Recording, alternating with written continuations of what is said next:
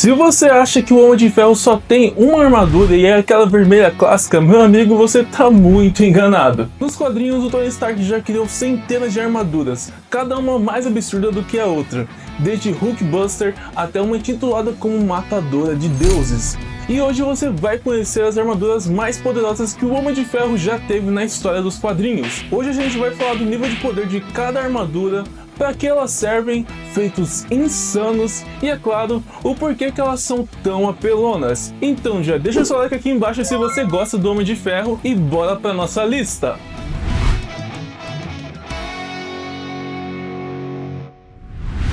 Bem-vindos ao Universo Pop! Eu sou o Nicolas, e na Marvel, o Homem de Ferro já teve diversos tipos de armaduras diferentes. Já teve armadura feita de sucata, já fez uma para dar uma surra no Hulk, tem a armadura simbionte e várias outras. E falando nela, bora começar esse ranking da armadura menos poderosa até a mais poderosa. Armadura simbiótica, Homem de Ferro Superior. Essa aqui é uma das armaduras mais memoráveis do Homem de Ferro. Não porque ela apareceu com mais frequência, mas pelo seu visual altamente tecnológico. Essa armadura é feita de um metal líquido, inteligente, que endurece quando se conecta com o corpo do usuário. O mais absurdo de tudo é a ligação mental do Tony com a armadura. O Stark consegue controlar e chamar a armadura sem eletrônicos, somente com a mente dele, e com um tempo de resposta que nunca antes foi visto nos quadrinhos. Além de ser controlada pelos pensamentos do Tony, a própria armadura também pensa e reage por conta própria. Ela é capaz de detectar uma ameaça em potencial e proporcionar ao Homem de Ferro uma proteção insana contra qualquer ataque que fosse feito na intenção de pegá-lo desprevenido. Armadura Mark 51 Model Prime. Quando a Riri Williams conseguiu fazer uma engenharia reversa em uma das armaduras do Tony e acabou jogando tudo na internet, o Tony percebeu que aquele projeto já havia sido comprometido. E qual foi a solução? Criar algo ainda mais avançado. Assim nasceu a armadura Model Prime, a Mark 51. Essa armadura é a base de nanotecnologia, o que permite que, com somente um pensamento, o Tony consiga controlar a armadura e fazer com que ela tome qualquer forma. Caso Stark queira, a Mark 51 pode assumir uma forma um pouco mais agressiva, pode assumir uma forma furtiva ou ganhar até o tamanho equivalente de uma Hulkbuster. Ela pode se adaptar em vários ambientes e até mesmo criar suas próprias armas do nada. A Mark 51 Model Prime e a Bleeding Edge foram as principais referências dos irmãos Russo para desenvolver aquela armadura de nanotecnologia que o Tony Stark usou em Guerra Infinita. E ela até se mostrou ser mais versátil do que aquela armadura de Guerra Infinita, tendo somente um ponto negativo, que é o fato dela ficar alocada dentro de um bracelete. Mas se aquela armadura de Guerra Infinita, que foi somente uma inspiração, quase conseguiu derrotar o Thanos sozinho, imagina o que essa seria capaz de fazer. Armadura modelo Sentinela. Apesar do nome, essa armadura não foi criada para enfrentar o Sentry ou alguma daquelas sentinelas dos X-Men. E sim, ela foi inspirada naqueles sentinelas que caçam os mutantes. Mas essa em específico tem o dobro do tamanho de um modelo padrão. Ela possui todas as habilidades clássicas do Homem de Ferro: voo, força aprimorada, mísseis, lasers e ainda pode ser controlada remotamente, mas o problema dela, ela consome energia demais, então só pode ser usada por um tempo determinado, um tempo muito limitado, antes dela desligar completamente. Armadura Uru.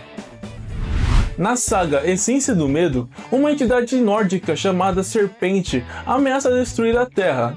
Sem alternativas, o Tony faz um acordo com Odin e acaba ganhando acesso à Forja de Nidavellir, o local onde eram criadas as armas mais poderosas de Asgard. Com esse baita privilégio nas mãos, o Tony nem pensou duas vezes. Ele pegou a sua armadura mais poderosa até então, que era a Bleeding Edge, e a fundiu com o metal místico Uru, o mesmo material que foi usado na forja do Mjolnir, o martelo do Thor, dando assim a ele uma armadura do nível dos deuses. Essa armadura é extremamente resistente à magia e possui um nível de poder simplesmente fora da curva. Sem dúvidas, ela é uma das armaduras mais poderosas de todos os tempos. Armadura Thor Buster. Sim, o Tony criou uma armadura para enfrentar o Thor. Ele construiu essa armadura depois que o próprio Thor entregou a ele um cristal asgardiano extremamente poderoso.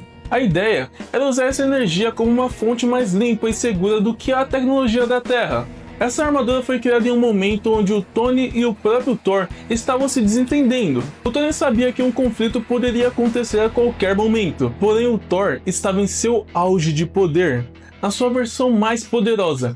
Ele era o Rei Thor, com a sua força somada à Odin Force. Pensando nisso, usando um cristal asgardiano que ele havia recebido do próprio deus do trovão, Tony construiu uma armadura que pudesse bater de frente com o próprio filho de Odin. Após a construção, o combate finalmente aconteceu. Thor e o Homem de Ferro caíram na mão, e por incrível que pareça, a armadura realmente foi capaz de não somente aguentar os ataques do Rei Thor, como também foi capaz de feri-lo. Para vocês terem uma noção, o Rei Thor é tão poderoso que ele consegue derrotar alguns dos personagens mais poderosos da Marvel, e essa armadura conseguiu aguentar o tranco. A armadura Phoenix Buster.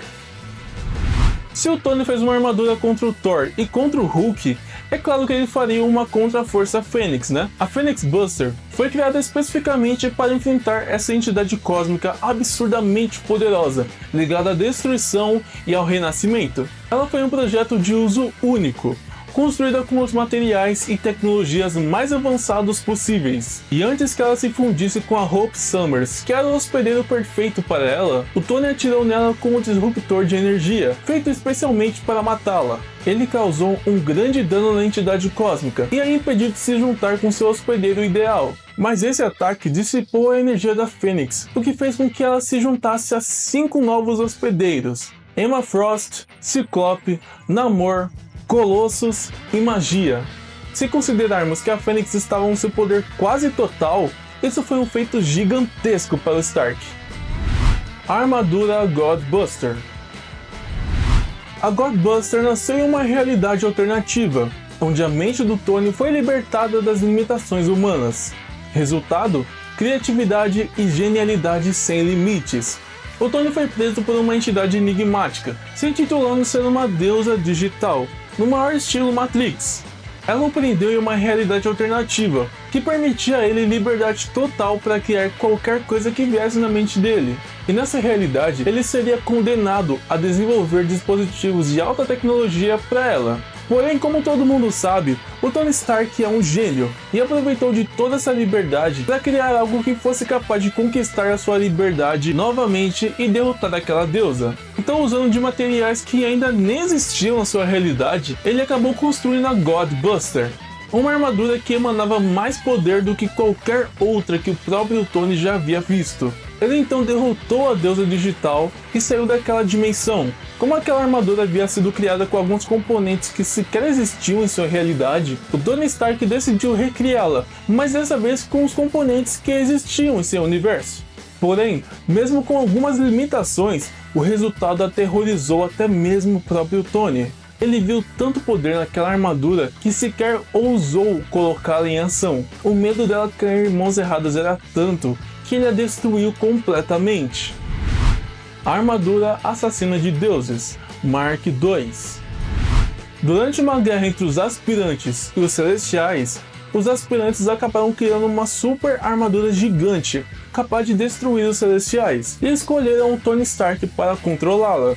Porém, ao verem que ele não era compatível com aquela armadura, acabaram por descartar ele dos planos. O negócio é que o Tony já havia analisado toda aquela armadura e entendido a sua engenharia. Por isso, ele teve a ideia de construir algo semelhante, uma armadura que fosse capaz de proteger a Terra contra possíveis ataques de celestiais e dos aspirantes, alimentada por cerca de 8 reatores nucleares, sendo realmente capaz de derrotar um celestial negro. A Mark II fica guardada na órbita de Marte, só aguardando uma ameaça grande o bastante aparecer para que ela entre em ação novamente.